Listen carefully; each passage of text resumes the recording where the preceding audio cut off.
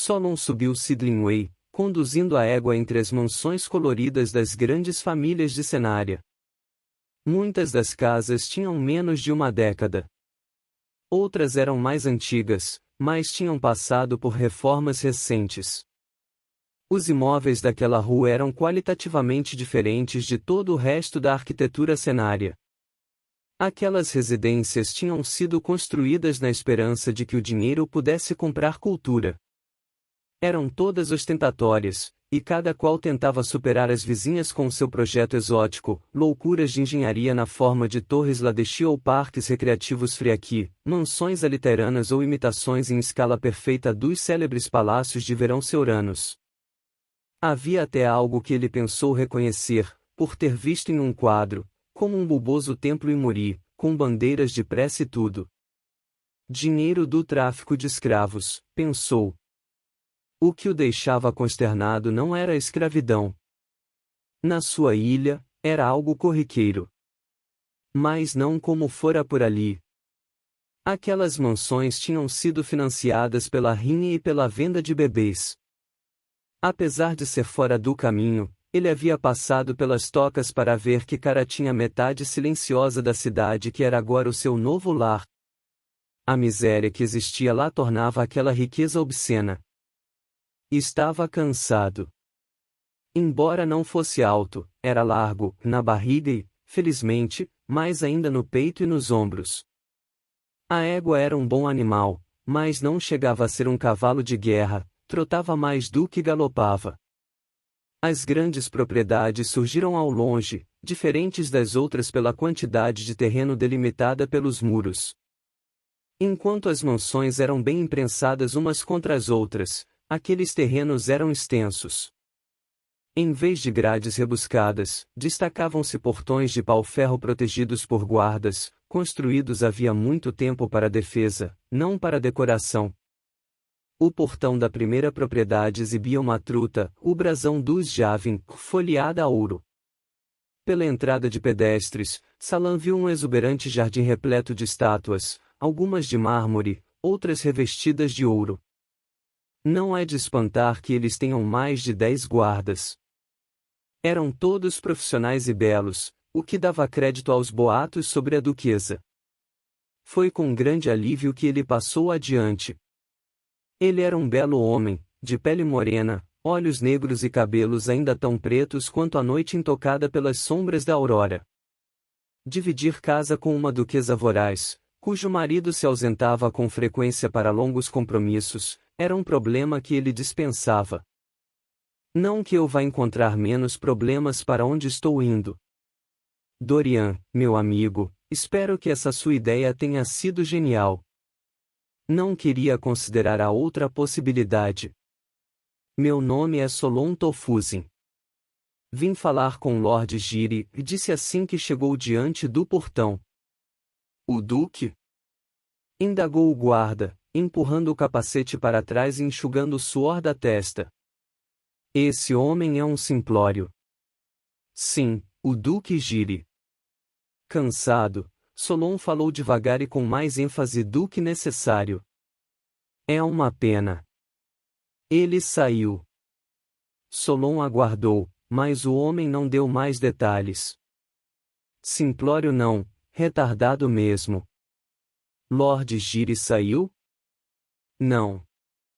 Sei que, depois de milênios sendo saqueados, os seuranos mais inteligentes se mudaram para o interior das terras e deixaram seus antepassados no litoral. Sei que os piratas 7 atacaram a aldeia de seu povo e levaram embora todas as mulheres apresentáveis, de modo que não é culpa sua ter nascido burro e feio.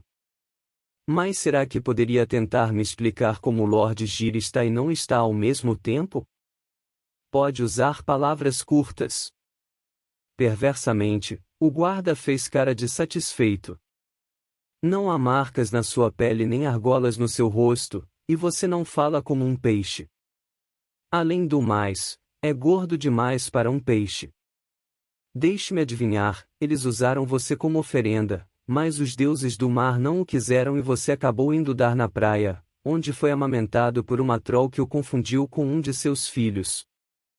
Ela era cega, disse Solon, Quando o homem riu, decidiu que gostava dele.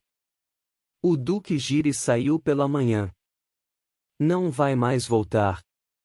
Não vai mais voltar? Como assim? Quem sou eu para responder com precisão, mas acho que não, nunca mais, a menos que eu esteja enganado. Ele foi comandar a guarnição dos ventos uivantes. Mas você falou que Lord Giri não saiu.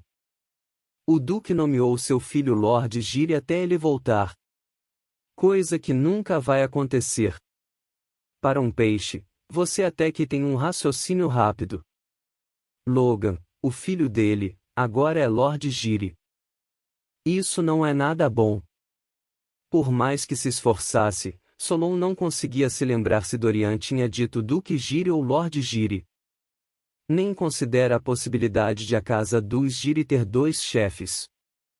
Se a profecia estivesse relacionada ao Duque, precisava pegar o cavalo e sair dali agora mesmo. Caso se referisse ao filho, porém, Solon estaria abandonando seu protegido na hora em que este mais precisava dele. Posso falar com Lord Giri? Você sabe usar essa espada? Perguntou o guarda. Se não souber, sugiro que a esconda. Como assim? Não diga que não avisei. Venha comigo. O guarda chamou um colega em cima do muro, que veio segurar o portão enquanto o Seorano conduzia Solon para dentro da propriedade. Um avalariço se encarregou da égua e Tofuzin ficou com a espada. Era impossível não ficar impressionado. A propriedade dos Giri tinha um ar de permanência e a sisudez de uma família muito antiga. Há cantos margeavam o muro por dentro e por fora, plantados em uma terra vermelha que, Solon sabia, foi trazida de outra região. As plantas pontiagudas não foram escolhidas apenas para manter mendigos e ladrões longe do muro, mas por uma antiga associação com a nobreza literana.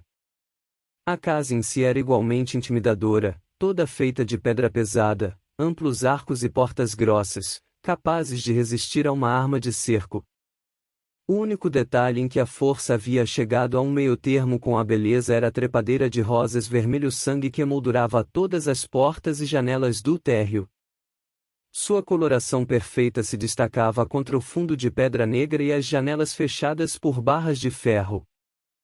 Solon só prestou atenção no retinir de metal quando o guarda o fez passar pela entrada da mansão e dar a volta até os fundos do prédio.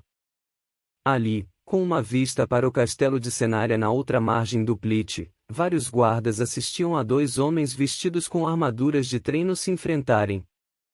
O menor recuava, andando para trás em círculos enquanto os golpes do maior choviam sobre seu escudo. O menor cambaleou e seu adversário arremeteu contra ele, imprensando-o com o escudo como se fosse um ariete. O homem ergueu a espada, mas o golpe seguinte o fez voar e o seguinte fez seu capacete ecoar feito um sino. Logan Giri tirou o capacete e riu ao estender a mão para ajudar o guarda a se levantar. Solon sentiu um peso no coração. Aquele era Lord Giri? Um gigante em corpo de criança, com o rosto ainda rechonchudo de gordura infantil. Não podia ter mais de 14 anos, talvez menos. Solon pôde imaginar Dorian rindo. Dorian sabia que ele não gostava de crianças. O guarda Seorano deu um passo à frente e se dirigiu em voz baixa a Lord Giri. Olá, disse o menino, virando-se para Solon. Marcos me falou que você se considera um espadachim e tanto. É verdade? Solon olhou para o Seorano, que lhe abriu um sorriso de satisfação. O nome dele é Marcos? Naquele país, até mesmo os nomes eram confusos.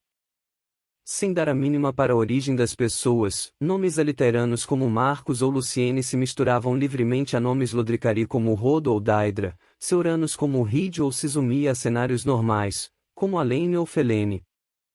Os únicos nomes que a maioria das pessoas nunca usava para batizar os filhos eram de escravos comuns das tocas, como Cicatriz ou Lábio Leporino. Eu sei me defender, Lord Giri, mas desejo trocar palavras com o senhor, não golpes. Se eu partir agora, minha velha égua e eu podemos chegar à guarnição em 6, talvez 7 dias. Conversemos, mas depois de lutar. Marcos, vá pegar uma armadura de treino para ele. Os homens pareceram gostar disso e Solon notou que amavam seu jovem senhor como se fosse o filho deles. Riam com demasiada facilidade, mimavam o rapaz. De repente, Logan havia se transformado em Lord Gir e os homens ainda estavam fascinados com essa novidade. Não preciso de armadura, disse Solon. Os risos cessaram e todos olharam para ele. Quer lutar sem armadura? Estranhou Logan. Não quero lutar, mas se essa for a sua vontade, acatarei, só não vou lutar com uma espada de treino. Diante da possibilidade de ver aquele 7 baixinho lutar sem armadura contra o seu gigante, os homens deram vivas. Somente Marcos e um ou dois outros pareceram preocupados. Trajando uma grossa armadura, havia pouco risco de Logan sofrer algum ferimento sério, mesmo com uma espada afiada. Pelos olhos do rapaz, Solon viu que Logan também sabia disso. De repente, começou a ponderar se deveria ter sido tão atrevido com um desconhecido, alguém que poderia muito bem estar mal intencionado. Tornou a examinar o físico atarracado de Solon. Milord, talvez fosse melhor, começou Marcos. Tudo bem, disse Logan para Solon. Pôs o capacete na cabeça e fechou a viseira. Então empunhou a espada. Estou pronto quando estiver. Antes de Logan conseguir reagir, Solon enfiou os dedos na viseira e agarrou a parte que cobria o nariz. Puxou o rapaz para a frente e torceu. Logan desabou no chão com um grunhido. Solon tirou uma faca do cinto dele e a segurou junto ao olho do rapaz enquanto escorava com o joelho a lateral do capacete de Logan para mantê-la no lugar. Você se rende? Indagou Solon. O rapaz respirava com dificuldade. Eu me rendo. Solon soltou, levantou-se e limpou a poeira da calça. Não se ofereceu para ajudar Lord Gir a ficar em pé. Os homens não deram um pio. Vários haviam sacado espadas, mas nenhum deles se adiantara. Era evidente que, se quisesse matar Logan, Solon já o teria feito. O mesmo pensamento rondou a cabeça dos guardas: o que Duque Giri teria feito com eles caso isso tivesse acontecido? Lord Giri, você é um rapaz tolo, disse Solon. Um fanfarrão, exibindo-se para homens a quem um dia talvez tenha de pedir para morrerem em seu nome. Ele disse Duque Giri. Com certeza Dorian disse Duque Giri. Mas me mandou para cá. Sem dúvida teria me mandado diretamente para a guarnição se estivesse se referindo ao Duque. A profecia não era relacionada a mim. Dorian não poderia saber que eu iria me atrasar, que chegaria à cidade assim tão tarde. Ou poderia. Logan tirou o capacete, estava com o rosto vermelho, mas não deixou o constrangimento se transformar em raiva. Eu merecia ouvir isso. E merecia a surra que você acabou de me dar. Ou coisa pior. Peço desculpas. Atacar as visitas é uma péssima atitude para um anfitrião. Você sabe que eles estão perdendo de propósito, não sabe? Logan fez uma cara consternada. Olhou para o guarda com quem estava lutando quando Solon havia chegado, em seguida para os próprios pés.